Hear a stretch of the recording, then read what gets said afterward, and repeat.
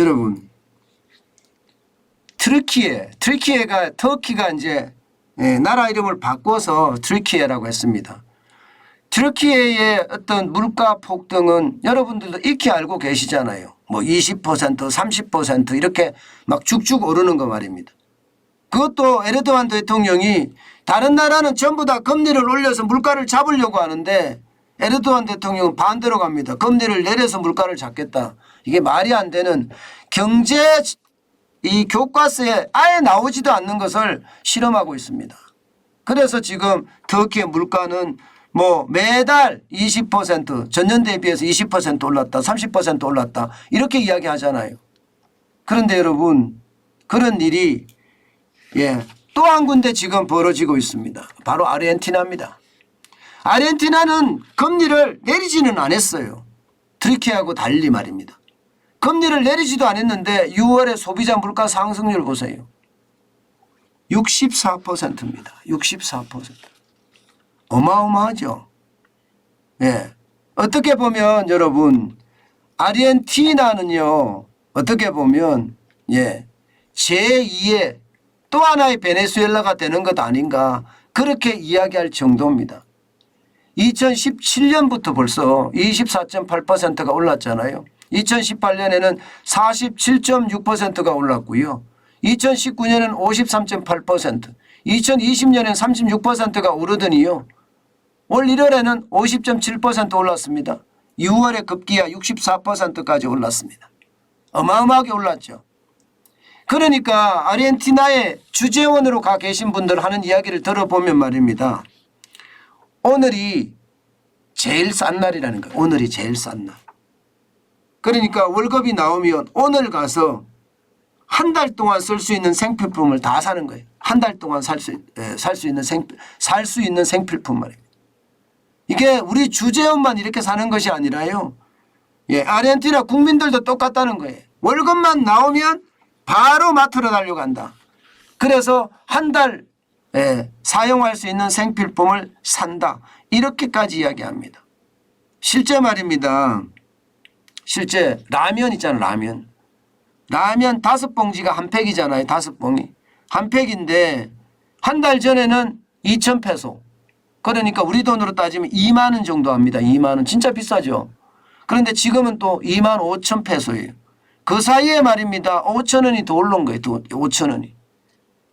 이게 뭐 한 달 사이에 이렇게까지 뻥뻥 오르니까 이게 뭐 감당을 할 수 없다. 이렇게 이야기합니다. 심지어 말입니다. 터키에서 금리를 내리면 안 됩니다 하는 중앙은행 총재를 에르도안 대통령이 파면시켜 버렸잖아요. 마찬가지로 여기도 지금 아르헨티나도 말입니다. 페르난데스 대통령이 경제장관을 24일 만에 경질시키기도 했습니다. 24일 만에. 그만큼 말입니다. 지금 아르헨티나는 지금 시장 자체가 굉장히 위험하다 이렇게 보여집니다. 심지어 말입니다. 좌파적인 정책도 썼습니다. 치즈나 고양이 사료, 면도크림 뭐 이런 걸 포함해서 1432개 품목에 대해서 가격 상한을 정했어요. 가격 상한을. 올리지 마라. 더 이상 올리면 안 된다. 그런데 이게 가능할까요? 불가능합니다. 시장은요 여러분 아무리 정부가 통제한다고 하더라도요 이게 또 음성적으로 거래가 돼요. 음성적으로. 실제로는 진열대에 물건은 안 쌓아놓고요. 안 쌓아놓으니까 없는 것처럼 보이잖아요. 그럼 돈 더 주면 주는 거예요. 결국은 이런 반시장적인 정책조차도 실패했습니다. 시장은 통제해서 되는 문제가 아니거든요. 그러니까 시간은 엄청나게 문제가 된다. 그러면 왜 이렇게까지 지금 아르헨티나의 물가가 상승했느냐. 기본적으로는요. 퍼주기가 이 나라는요. 그냥 일상화됐습니다. 일상화. 실제 알베르토 페르난데스 대통령도 지금 보시다시피 페로니즘 계승자라고 이야기합니다.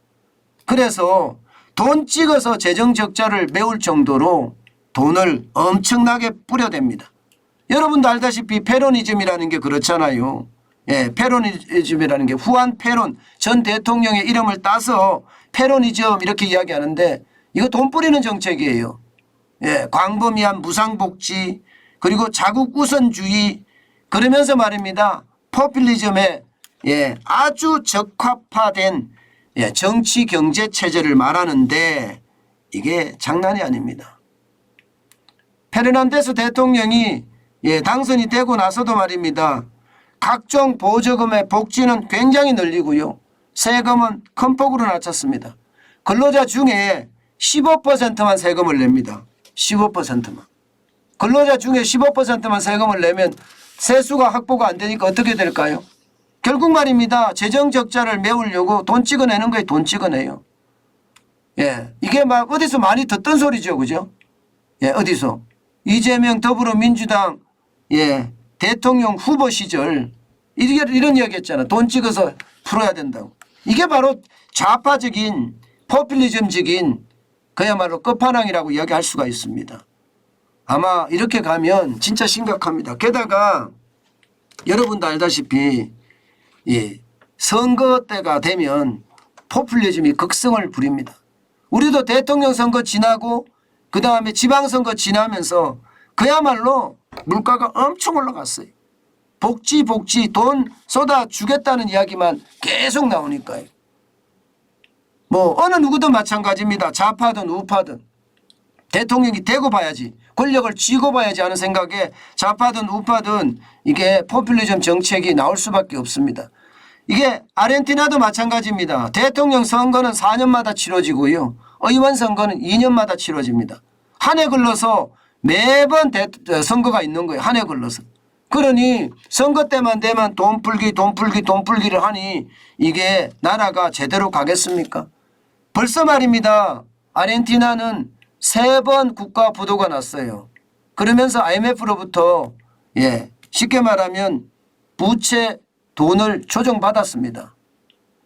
그런데 이게 말입니다. IMF하고 이야기가 잘 안 돼요. 이제는. 왜? 약속을 안 지키니까. 정치 시즌만 되면 IMF가 이야기한 합의 아무 의미 없어집니다. 그냥 또 돈 뿌리기로 나서는 거예요. 그러니 이게 얼마나 심각한지 아마 보여주는 그런 단적인 게 아닌가 싶습니다. 여러분, 제가 거듭 말씀을 드리지만 포퓰리즘은요, 결국 말입니다. 국민이 부담해야 돼요. 권력자들은 자기들이 집권을 하기 위해서 포퓰리즘 정책을 쓸 수밖에 없다고 하는데 여기에 대해서 말입니다. 아주 철저한 심판이 뒤따라야 됩니다. 그래야만 대한민국이 제자리를 지켜내고 그 제자리 지켜내는 와중에 점점 발전적인 성장을 이룰 겁니다. 그렇지 못하고 말입니다. 우리도 부안해동돼서 포퓰리즘에 휩싸인다면 대한민국은 튀르키예나 아르헨티나나 심지어 베네수엘라도 무시 못하는 그런 상황으로 갈 수 있다고 생각을 합니다. 여러분, 포퓰리즘은 또 돈 뿌리기는 퍼주기는 이제 그만해야 됩니다. 또 거기에 대해서 그만할 수 있게 만들 수 있는 것도 우리입니다. 우리. 권력자들이 아닙니다. 우리 국민들입니다. 우리 국민들이 이 포퓰리즘에 대해서 단호히 배격해야지 이게 더 뭐라고 해야 되나 단단한 대한민국이 될 거라 전 생각을 합니다. 지금 안 그래도 물가가 올라서 죽을 맛인데 앞으로 이게 더 오른다고 생각을 하면 더 충격파가 될 수밖에 없겠죠. 저는 그렇게 생각을 합니다.